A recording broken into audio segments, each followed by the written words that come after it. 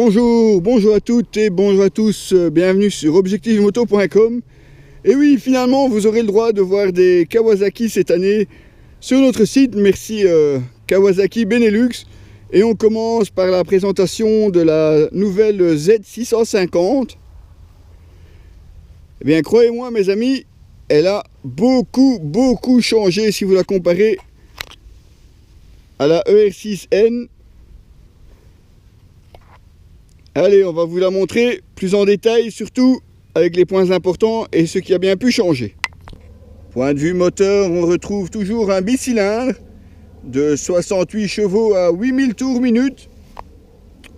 Et alors surtout, comme les plus grosses motos, une injection à double papillon. Je vous mettrai un petit peu plus d'explications dans l'article. Mais ce moteur est un vrai régal à piloter. On n'a pas l'impression d'être sur une petite moto, hormis peut-être le fait qu'elle n'aimera pas descendre trop bas dans les tours. Mais à part ça, c'est vraiment un très bon moteur.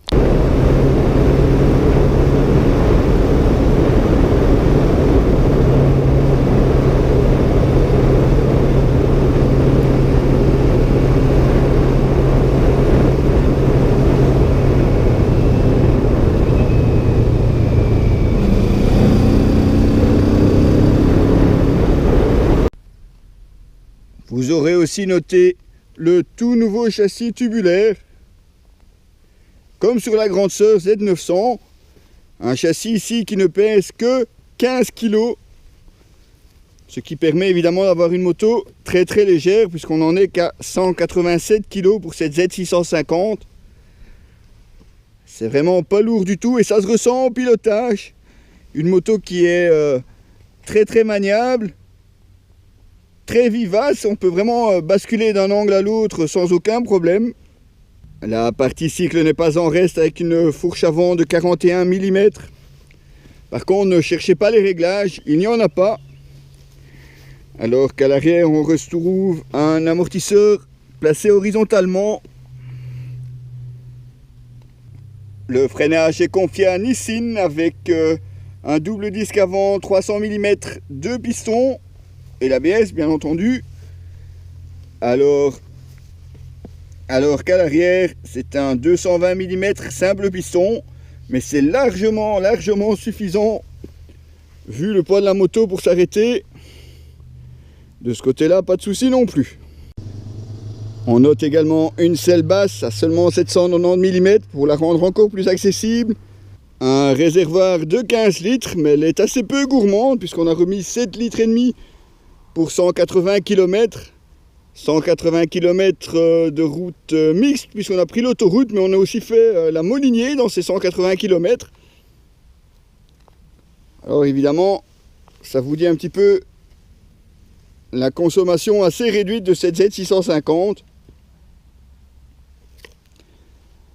Ce qu'on signalera peut-être comme point négatif, ce sont les vibrations qui, à vitesse constante, à un certain régime, sont quand même assez gênantes, puisqu'on les ressent aussi bien dans la selle que contre le réservoir. C'est pas forcément ce qui est le plus agréable, mais à part ça, on n'a pas grand chose à lui reprocher.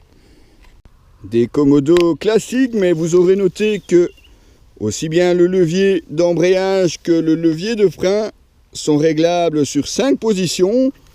Et alors le tableau de bord entièrement digital en fait.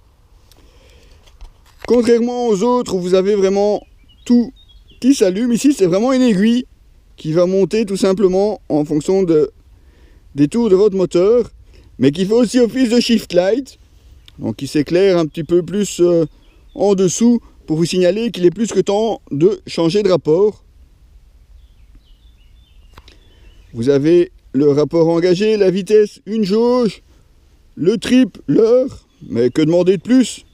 Ce tableau de bord est tout simplement complet et figurez-vous, même si ça surprend, il est assez lisible. Voilà en effet qu'il aurait été bien dommage de se passer de cet essai, tant finalement cette moto s'est montrée sympathique et agréable à piloter. On va bien entendu vous mettre quelques morceaux de caméra embarquée. Un article que vous retrouverez bien entendu sur notre site www.objectif-moto.com. À très bientôt les amis.